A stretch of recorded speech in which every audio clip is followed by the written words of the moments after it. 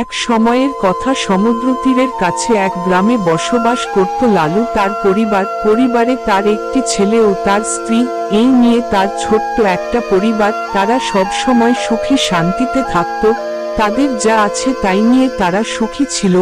গ্রামের চারদিকে আঁকা বাঁকা পথ, সব মিলিয়ে লালু খুব ভালো লাগতো। লালুর ছেলেও ছিল আরো ভালো মনের মানুষ, লালুর মতোই সহজ সরল। মা, বাবা আসেনি? কখন আসবে? না, আসেনি, তবে এখনই চলে আসবে, তুই খেয়ে নে।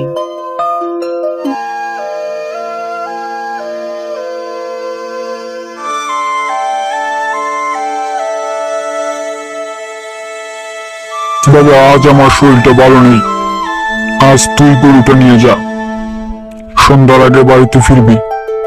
এখন যা বাবা। আচ্ছা বাবা, তাহলে এখন যাই। রতন গরু নিয়ে মাঠে যায় এবং গরুগুলোকে মাঠে ছেড়ে সে সাগর পাড়ে একটা গাছের নিচে বসে আছে। হঠাৎ একটা হরিণ এসে তার কাছে বলল, ভাই, আমায় একটা উপকার করবে? আমি অনেক আশা করে এসেছি তোমার কাছে। তুমি কে? তুমি কথা বলতে পারো? আমিও তোমার মতো মানুষ ছিলাম। আমি বিজয়পুরের এক জমিদারের মেয়ে, মা বাবার একমাত্র সন্তান ছিলাম আমি। কিন্তু একদিন আমি আমাদের বাগানে গিয়েছিলাম, হঠাৎ দেখি একটা খরগোশকে দৌড়াচ্ছে একটা কুকুর। আমি ভাবলাম কুকুরটা খরগোশকে মারার জন্য দৌড়াচ্ছে, তাই লাঠি দিয়ে আমি কুকুরটাকে বেশ জোরে মারলাম, কারণ এমনিতেও আমি কোনো কুকুরকে দেখতে পারি না, তাই অনেক জোরে মেরেছিলাম। এই মেয়ে, তুমি আমাকে মারলে? তোমার এত বড় সাহস! যাও, আজ থেকে তোমাকে আমি হরিণ বানিয়ে দিলাম, এখন থেকে তুমি বনে থাকবে। সেই থেকে আমি হরিণ হয়ে বেঁচে আছি। ভাই, আমি তোমার পায়ে ধরছি, তুমি আমার জন্য এই কাজটা করে দাও। অবশ্যই আমি করব, তুমি শুধু বলে দাও আমাকে কি করতে হবে। তুমি বিজয়পুরে যাবে, গিয়ে বলবে তোমাদের মেয়ে মারা গেছে, তোমরা আর তার জন্য কেঁদো না, তোমাদের বাগান থেকে বাঘ ওকে মেরে খেয়ে ফেলেছে, আমি জঙ্গলে যেতে দেখেছি, এইটুকু বলে তুমি চলে আসবে। না, আমি মিথ্যে বলি না। তুমি বলো, তোমাকে আবার মানুষ কিভাবে করা যাবে এবং সেই দরবেশকে কোথায় পাওয়া যাবে তা যদি তুমি জানো, তবে সেটা আমায় বলো। আমি আমার জীবন দিয়ে হলেও আমার কথা রাখবো। তুমি বলো। এই খান থেকে অনেক দূরে একটা পাহাড় আছে, সেই পাহাড়ে যেতে অনেক বন জঙ্গল পাড়ি দিয়ে যেতে হয়। প্রত্যেকটা জঙ্গলে ভয়ঙ্কর জীব জন্তু পাওয়া যায়, যেখানে কোনো জীবনের নিরাপত্তা নেই। তুমি যদি যাও, তোমাকে বাঘ সিংহ মেরে খেয়ে ফেলবে। আমি এত ভয়ঙ্কর জায়গায় পাড়ি দিয়ে ওই সাধু বাবার কাছে যেতে হয়, আমি কিভাবে বলবো তোমায় সেখানে যেতে, যেখানে তোমার মৃত্যু অনিবার্য। কারো জীবন বাঁচাতে যদি আমার মৃত্যু হয় তবে হোক, তবু আমি সেখানে যাবই। তুমি কোনো চিন্তা করো না, তোমাকে আবার মানুষ রূপে ফিরিয়ে আনবই। পরের দিন সকালে রতন তার মাকে বলল, মা, আমি আজ একটা জায়গায় যাব, ফিরতে রাত হতে পারে। তুমি কোনো চিন্তা করো না, তুমি শুধু আমার জন্য দোয়া করবে। কোথায় যাবি বাবা? যাব একটা ভয়ঙ্কর জায়গায়, তোমাকে বলা যাবে না, বললে তুমি যেতে দেবে না। আমি একজনকে কথা দিয়েছি, তাই আমি কথা রাখবই। তুমি না করো না, বাবাকে বলো না, তুমি শুধু আমার জন্য দোয়া করো, আমি যেন আবার বাড়িতে ফিরে আসতে পারি। রতন বাড়ি থেকে রওনা দিল সেই দরবেশের উদ্দেশ্যে।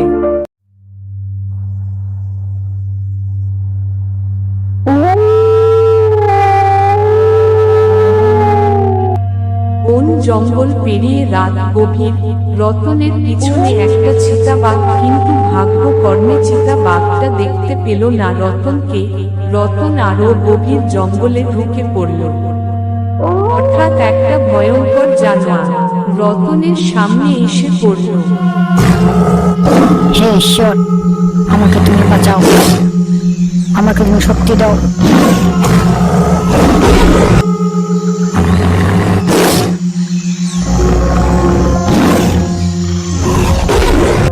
এই যাত্রায় রতন বেঁচে গেল।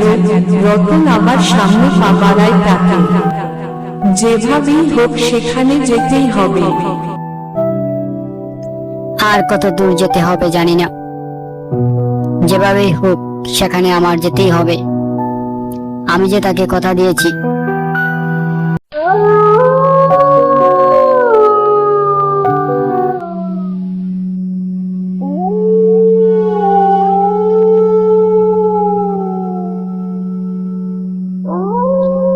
হে ঈশ্বর, আমাকে তুমি রক্ষা করো।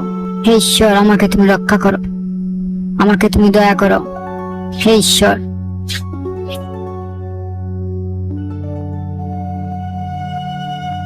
তুমি খুব ভালো মানুষ, তোমার ভিতরে ভালো একটা মন আছে। তোমার মতো ভালো মানুষকে কখনোই বাঘ সিংহ মারতে পারবে না, কারণ তোমার উপর ঈশ্বরের দয়া আছে, তোমার আর কোনো ভয় নেই।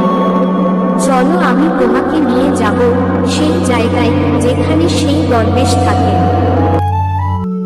তুমি কে ভাই? আমাকে তুমি বিপদের বন্ধু মনে করতে পারো। এখন চলো আমার সাথে।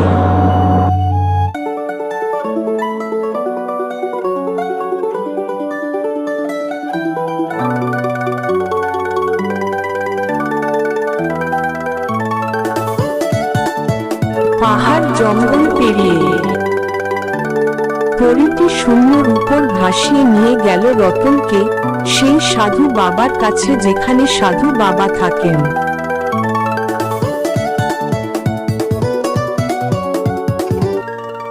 এই গুহার ভিতরে সাধু বাবা থাকেন। তুমি উনার কাছে তোমার কাজ শেষ করে আমাকে তুমি ডাকবে, ডাকার সাথে সাথে আমি আবার চলে আসবো। দাঁড়ি। সাধু বাবা, আমি অনেক অনেক দূর থেকে এসেছি আপনার কাছে। দয়া করে আপনি আমাকে ফিরিয়ে দিবেন না। আমি অনেক আশা করে এসেছি আপনার কাছে। তুমি কেন এসেছো বাবা আমার কাছে, সেটা আগে বলো। আপনি কিছুদিন আগে একটি ছোট্ট মেয়েকে মানুষ থেকে হরিণ বানিয়ে দিয়েছিলেন। দয়া করে আবার তাকে মানুষ বানিয়ে দিন। ওই মেয়েটি বলেছে আর কোনোদিন এইরকম কোনো কাজ করবে না। সাধু বাবা, দয়া করে ওকে ক্ষমা করে দিন, ওকে আবার মানুষ বানিয়ে দিন। বাচ্চা ছেলে, তুমি এত দূর থেকে এসেছো অন্যের উপকারের জন্য। আমি তোমার কথা অবশ্যই রাখবো। তুমি হলে একজন ভালো মনের মানুষ।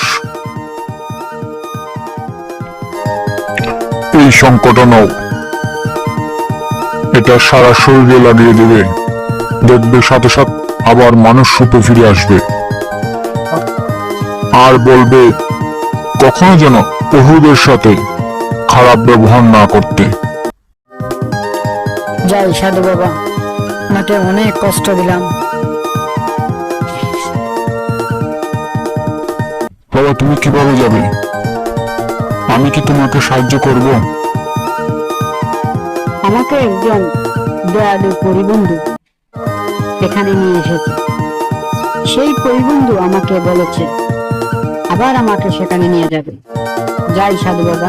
সাধু বাবার কাছ থেকে এসে রতন পরীকে ডাক দিতে যাবে, কিন্তু দেখল পরীটি সেখানেই দাঁড়িয়ে আছে। পরীটি আবার তাকে শূন্য ভাসিয়ে নিয়ে গেল সেই হরিণের কাছে।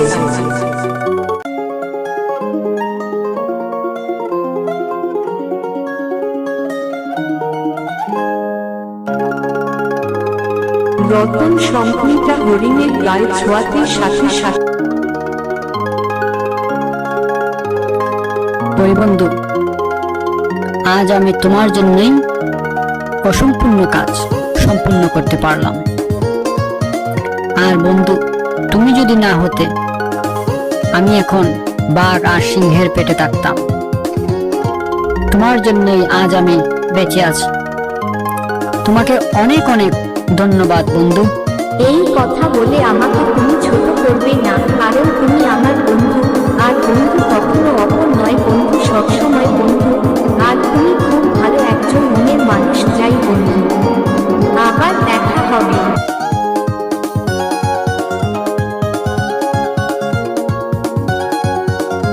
বন্ধু, তুমি আমার জন্য যা করেছো তা পৃথিবীর কেউ কারোর জন্য করে না। তুমি আমাকে নতুন জীবন দান করলে, আমি তোমার কাছে সারা জীবন কৃতজ্ঞ থাকব। চলো বন্ধু, আমার সাথে তুমি বিজয়পুর যাবে। আমার মা বাবার সাথে দেখা করে আসবে। না করতে পারবে না বন্ধু? এইখান থেকে বিজয়পুর বেশি একটা দূর নয়, কিছু সময় হাঁটলেই তুমি বিজয়পুর যেতে পারবে। আর বন্ধু, আজ যাব না, আজ শরীরে অনেক ক্লান্তি আছে, অন্যদিন যাব।